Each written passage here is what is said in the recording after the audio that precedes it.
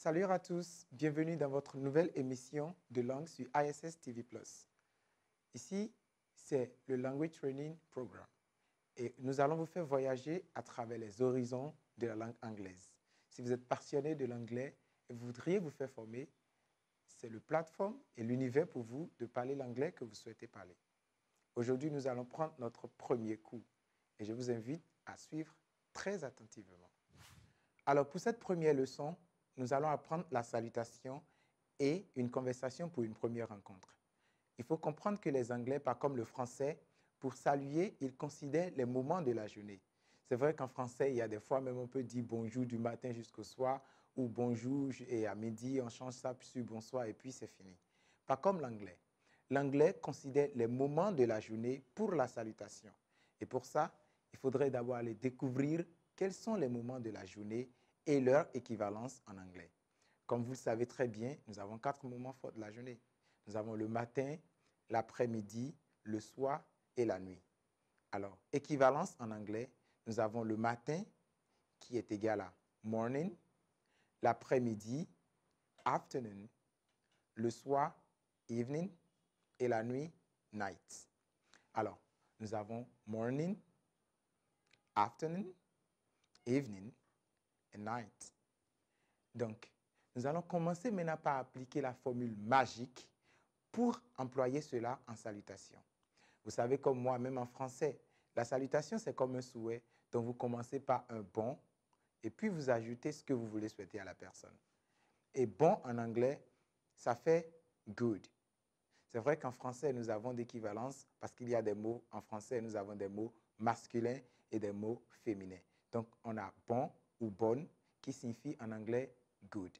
Alors, si on doit appliquer la formule, nous avons le matin qui est morning et le mot bon qui signifie good. Donc, on met les deux ensemble, ça fait good morning. Il faut faire attention à la prononciation en anglais parce que l'anglais, c'est une langue avec beaucoup d'intonation, beaucoup de stress sur chaque mot. C'est pour ça que c'est très, très important de comprendre pas seulement le parler ou la lecture, mais aussi l'accent qu'il faut pour parler et dire, prononcer les mots de la manière la plus juste que possible.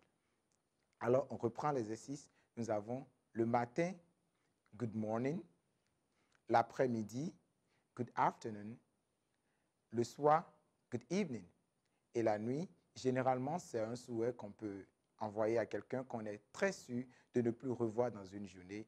Alors ça, là, c'est good night. Si on devrait reprendre une fois, le matin, on a good morning, l'après-midi, good afternoon, le soir, good evening, et la nuit, good night. Alors ça, c'est la salutation anglaise. Maintenant, revenons à la conversation pour une première rencontre. Quelqu'un que vous rencontrez pour une première fois, que ce soit à l'école, que ce soit dans la rue, que ce soit à un show, n'importe où, vous rencontrez la personne pour la première fois et vous voulez vous engager dans une conversation. Et voilà que de l'autre côté, la personne parle anglais et vous, vous parlez français. Comment est-ce qu'il faut faire? C'est très simple. Nous venons d'apprendre la salutation en anglais. Il y a une manière aussi de saluer en anglais. Généralement, on dit salut et en anglais, ça fait hello. Et quand on vous envoie ce hello, vous répondez toujours par hi.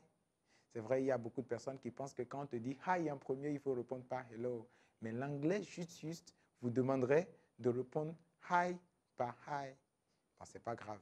Alors, nous rencontrons une personne A et peut-être nous sommes personne B ou cette personne est personne B et nous sommes personne A.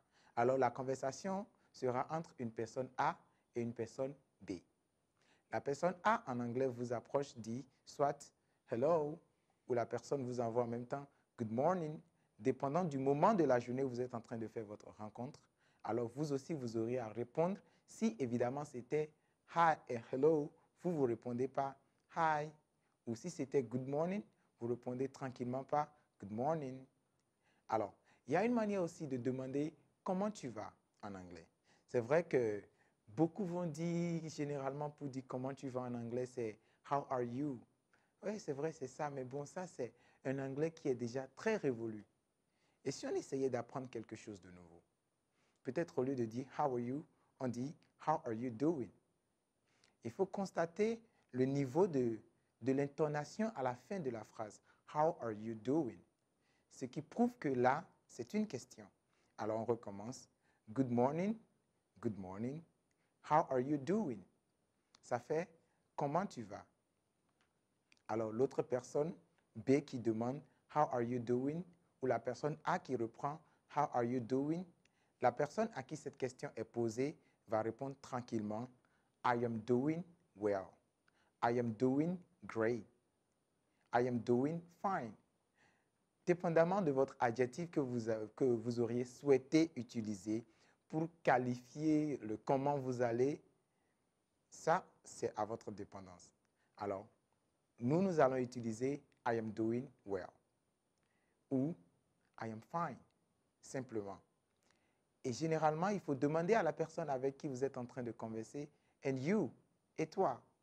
Et cette personne vous répondra aussi, I am fine as well. I am doing good too. Et voilà, vous êtes en train de vouloir rencontrer la personne pour une première fois. Des fois, l'anglais va vous demander, mais I know your name, please. Ça fait, puis-je connaître votre nom, s'il vous plaît? Mais I know your name, please.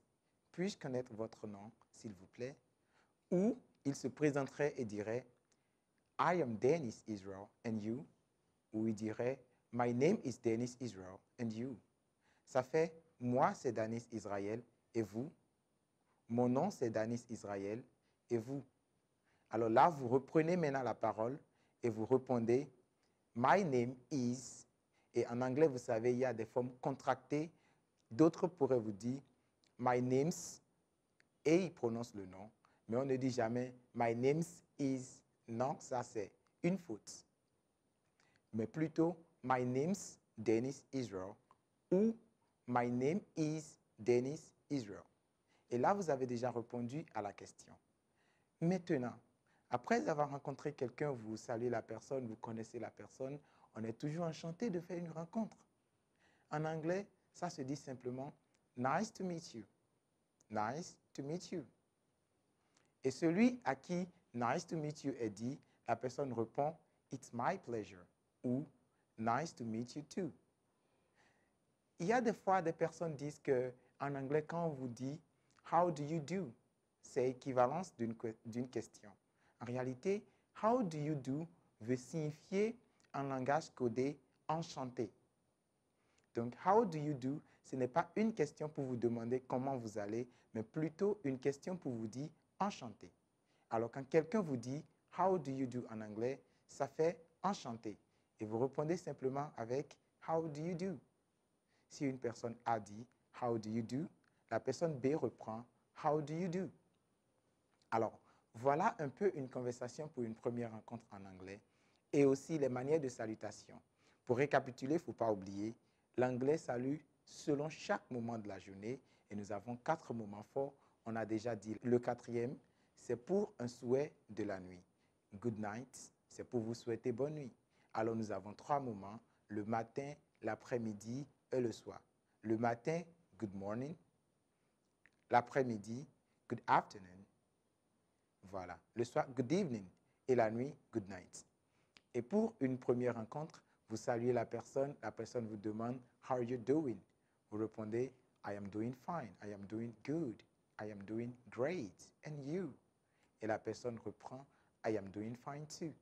Mais I know your name, please. Puis-je connaître votre nom, s'il vous plaît?